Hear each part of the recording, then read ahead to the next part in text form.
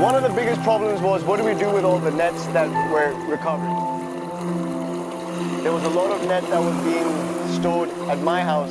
Again, 650 kilograms of nets is no joke. That's almost a ton, and we'll cross that mark very soon. The second stage of the problem was, where do we keep all these nets? Initially, we were housing them wherever possible. You know, at my house, at Asif's house. Asif is our field supervisor and our liaison at the village itself. He's a great asset on the field.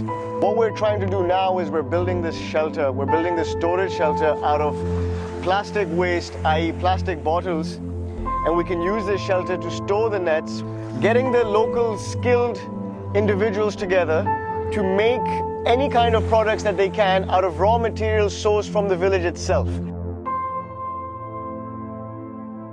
समुद्र में मच्छियाँ क्यों कम हो रहे? प्लास्टिकों की वजह से, जाल के वजह से, गुज्जे नेट की वजह से। गुज्जे नेट आते यहाँ पे सारे मच्छियाँ ख़त्म कर देते। बड़े मेहरबानी समुद्र संभाले। हमारी ज़िंदगी समुद्र के साथ चलती है। हमारे जाल जितने मिलेंगे समुद्र के किनारे से हम लोग यहाँ पे जमा कर सकते हैं।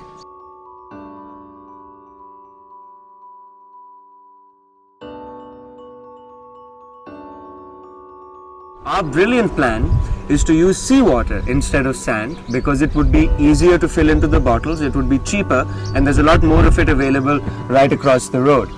So what we've done is we filled this section of wall all with seawater, and we're doing a load test on it. So we've loaded about 80 kilograms in rock on it. We're going to leave it over here for 24 hours just to make sure that the idea is sound. Since we know that water is incompressible, this should work perfectly fine, and it should be stronger, lighter and better insulated than the sand.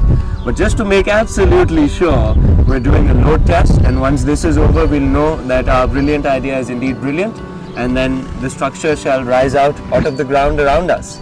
Made out of plastic bottles rescued from the ocean, filled with water from the oceans, and housing nets that we've rescued from the oceans. So rather poetic. This little bit of net that we found here on the shore could have easily killed 20-25 species of fish when out in the ocean. That same fish the local fishing community can catch and then thereafter sell. But the reason why they're struggling and they're suffering is because of all the derelict and abandoned ghost gear that's causing all the damage to the marine life and ecosystem.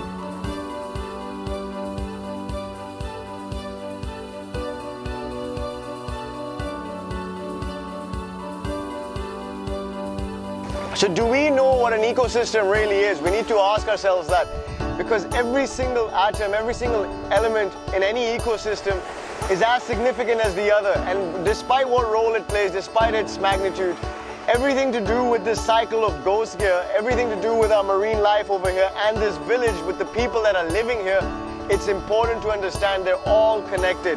And that is what we're trying to do. Simply put, we're trying to clean the ocean, clean the environment, and it's a win-win situation if it's implemented successfully. And with your help, we can actually do it.